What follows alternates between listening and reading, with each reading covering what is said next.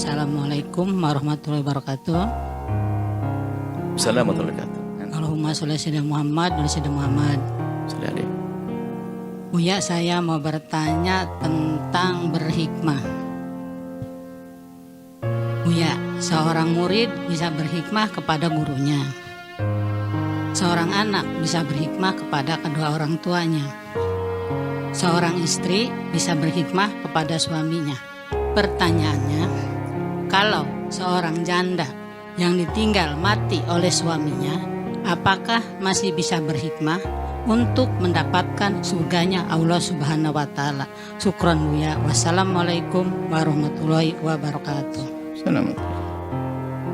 Khidmah kepada seseorang itu artinya berbuat baik dan bertawadhu.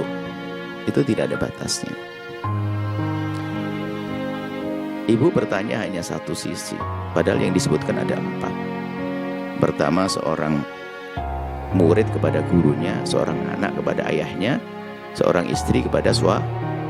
Mestinya kan ada pertanyaan lain lagi, gimana kalau jika seorang anak bapaknya sudah meninggal dunia, apakah ada khidmahnya? Seorang murid gurunya meninggalkan, sama sebetulnya, ya. Nah, seorang istri suaminya sama sebetulnya, ibu yang solehah. Jadi ya bisa dong, masih bisa. Jadi kalau saya sebagai seorang murid khidmah kepada guru yang telah wafat, saya punya guru meninggal, wafat Jawa Timur sana. Khidmah saya ya kita lanjutkan khidmah kepada putra-putra beliau dan seterusnya, perjuangan beliau. Nah kalau suami, ya suami kan punya anak, suami punya sepupu, punya ini, ada khidmah. Jadi kalau sudah orang yang jadi makanya biasanya khidmah kepada yang telah meninggal dunia adalah khidmah, itu maknanya bekti. Bekti itu tandai dengan 3. Yang pertama adalah Anda mendoakan, apakah itu suami, apakah itu guru atau orang tua, jangan Anda berdoa kecuali dia didoakan. Yang kedua adalah ini, kalau khidmah sesungguhnya ya kalau seandainya suaminya masih hidup, kemudian dia sakit perlu bantuan, ya khidmahnya kan bantuan ke rumah sakit dibayari.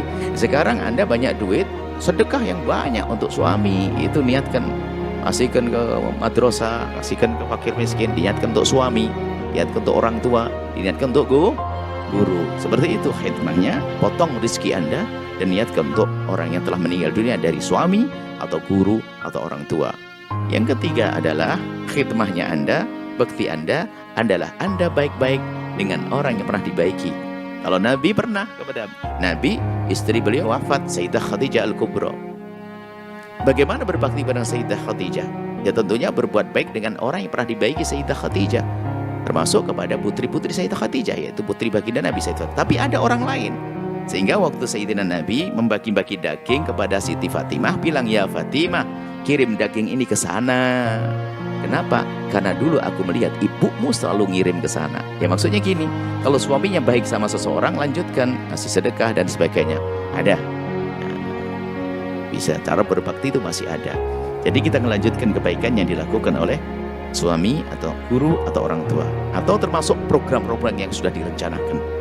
Kalau gurunya merencanakan program mulia, yuk kita lanjutkan. Niat guru kita buktikan, niat orang tua kita buktikan, niat suami kita buktikan. Misalnya suami merencanakan, aku pengen punya anak sukses dalam hal ini, yuk kita hantarkan anak, maka itu termasuk bagian daripada bakti kepada suami atau khidmah kepada suami.